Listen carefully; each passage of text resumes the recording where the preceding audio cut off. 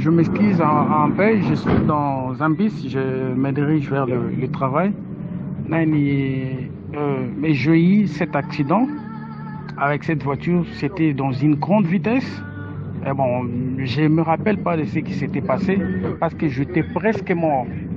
L'histoire m'est relatée par des personnes qui étaient sur place, qui ont vu l'acte, comment ça s'est passé.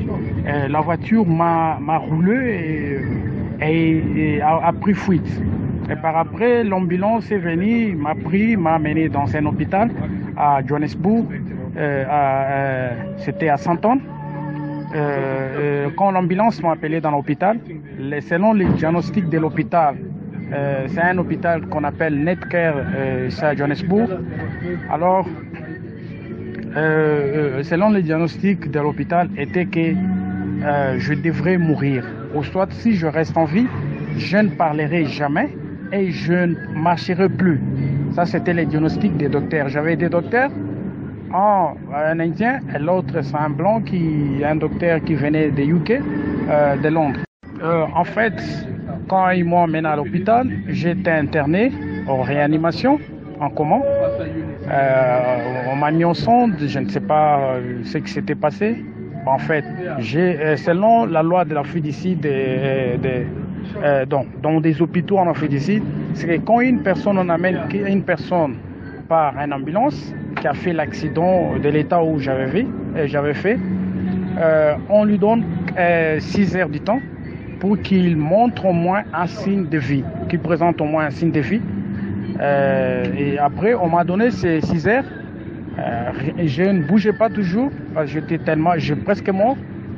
Ils ont ajouté encore 6 heures du temps. Je ne bougeais plus encore. Et puis, ok, en fait, selon l'hôpital, je présentais les signes de vie. C'était après 1 mois et 2 semaines. Normalement, à l'hôpital, j'avais fait 4 mois. Les 4 mois, les 2 mois que j'étais en réanimation. Et les 2 autres mois, j'étais déplacé dans ce qu'on appelle les hôtes.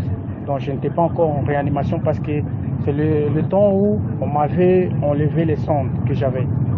Alors, 1 mois et 2 semaines que j'étais toujours au centre, que je ne présentais pas de signes de vie. Là, c'est l'hôpital, les docteurs qui témoignent. Il a dit que, parce que l'hôpital, donc tout le monde espérait que j'allais mourir. Bon, en fait, c'est le docteur qui nous relate maintenant que c'est après 1 mois et une semaine, il y a eu un homme qui s'est présenté à l'hôpital, le Netcare. C'était un homme blanc, en costume noir, avec un chapeau de Marlboro, tout ça là, comme Chebanam les porte souvent. Et puis, le blanc en question a dit qu'il était mon patron du boulot, du service. En fait, les docteurs, les services de sécurité de l'hôpital, ils ont dit qu'il n'est pas permis qu'une personne puisse entrer dans la place où j'étais en réanimation, parce que c'était un coin. Donc, bon, en fait, il n'était pas permis vraiment qu'une personne y entre, là où j'étais en réanimation. Et il a dit que la personne insistait tellement beaucoup et qu'il a commencé à faire des bruits qu'il était mon patron. Alors, on l'a libéré pour qu'il puisse entrer et puis me voir là où j'étais au centre. Alors, c'est juste après le départ de ce monsieur qui était venu que je présentais les signes de vie. Surtout le docteur, l'Indien, qui était un Indien, c'est celui qui insistait et il disait, bon, en fait, c'est comme si à chaque nuit, je voyais des êtres surnaturels sur les lits de ce monsieur. Et il est venu chez moi, il m'a demandé si j'utilisais quel genre de magie. Je lui ai dit, je ne connais rien sur la magie, des histoires pareilles. Il a dit, non, vous trompez. Comment ça fait-il qu'il y a un monsieur qui est déjà mort, il y a longtemps, comme vous les expliquez, il est votre prophète, et il est venu ici en hôpital, il a dit que c'est votre patron du boulot, ceci, cela. C'est-à-dire, vous êtes mystique. Donc moi, je n'ai pas vu Frère Branham. C'est l'hôpital, le médecin et puis le docteur qui l'ont vu. Et puis quand je leur ai expliqué qu'il venait ici en Afrique du Sud, il est venu ici en Afrique du Sud à plusieurs reprises. Et il me disait, bon, c'est leur première fois d'écouter parler d'un monsieur qui s'appelle M. Branham qui venait ici en Afrique du Sud. Je leur ai dit non, il venait ici, il venait à Djoubon, il a fait des campagnes, ceci, cela. Bon, je leur ai fourni quelques livres après quand je suis sorti de l'hôpital. Bon, en fait, il y avait un temps où je parlais souvent avec le docteur en question, chaque fois sur le téléphone. Et je lui avais amené des brochures de Frère Branham en anglais, des histoires pareilles. Pour le moment, je ne sais pas.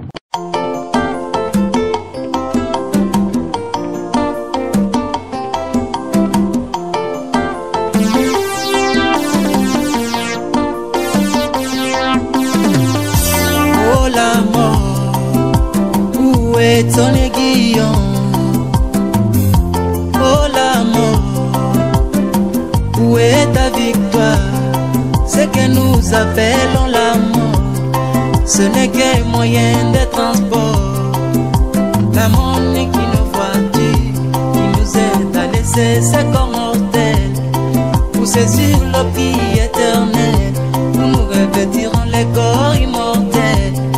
Dans l'au-delà, dans l'au-delà, dans l'au-delà du rideau du temps.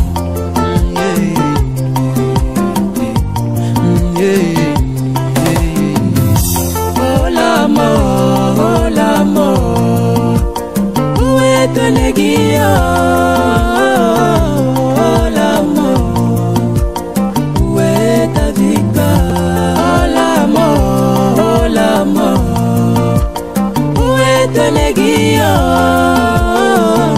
Oh la mort, où est ta victoire? La mort n'est qu'un chemin, la mort n'est qu'un chemin qui m'amène à la maison,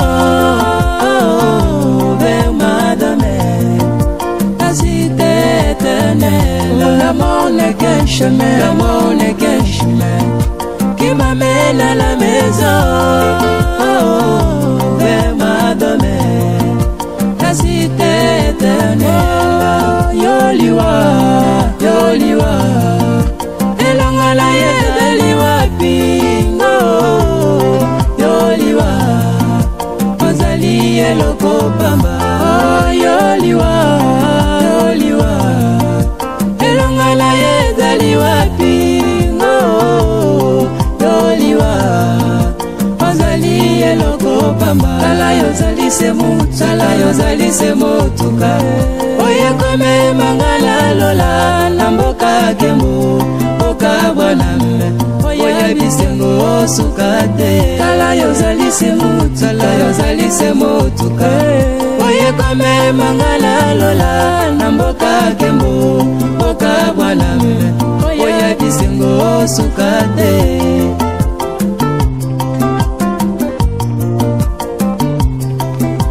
Oh la mort n'est qu'un reflet et l'ombre de la réalité.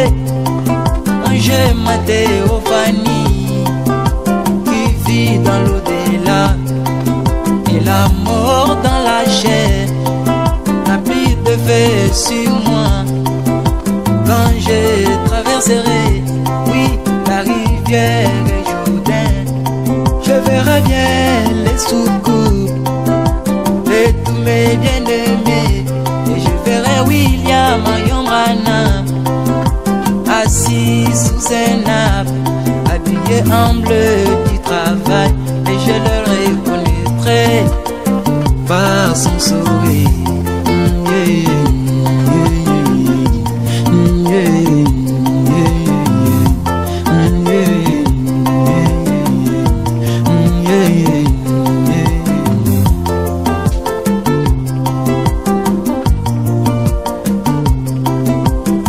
Tout n'est que vanité sur cette terre de péché. Aïe, tout n'est que vanité sur cette terre de méchant. Tout n'est que vanité, tout n'est que vanité. Nous sommes deux pèlerins et étrangers si sa terre de méchants.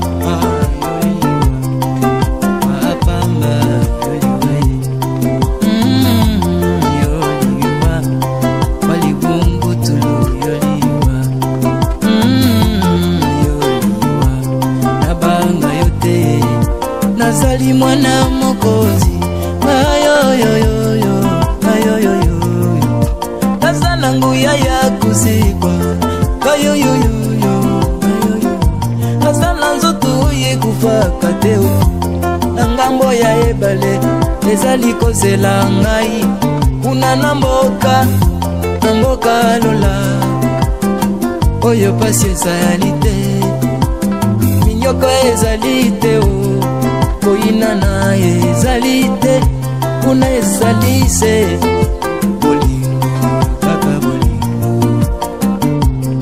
Kuna tokozala kaka na bolingo Kaka bolingo, ei bolingo, hallelujah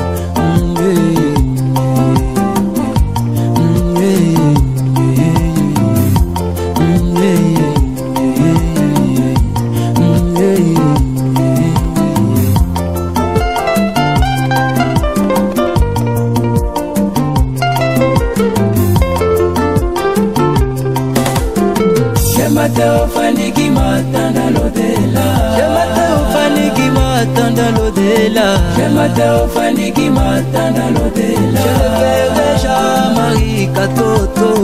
Je m'attends au Fanny qui m'attend dans l'au-delà. Je verrai Diacre Calebe. Je m'attends au Fanny qui m'attend dans l'au-delà. Je le verrai le bien-aimé Noé. Je m'attends au Fanny qui m'attend dans l'au-delà. Je verrai la sœur Florence là. Je m'attends au Fanny qui m'attend dans l'au-delà. Je m'attends au Fanny qui m'attend dans l'au-delà. Je m'attends au Fanny qui m'attend dans l'au-delà. Je verrai Pasteur Chibango Pius. Je m'attends au Fanny qui m'attend dans l'au-delà. Je reverrai le révérend Mapolo là-bas. Je m'attends au Fanny qui m'attend dans l'au-delà. Je reverrai Alphonse mon époux. Je m'attends au Fanny qui m'attend dans l'au-delà. Je reverrai Claude Mutoka. Je m'attends au Fanny qui m'attend dans l'au-delà. Je m'attends au Fanny. Je m'attends au Fanny qui m'attend dans l'au-delà. Je m'attends au Fanny qui m'attend.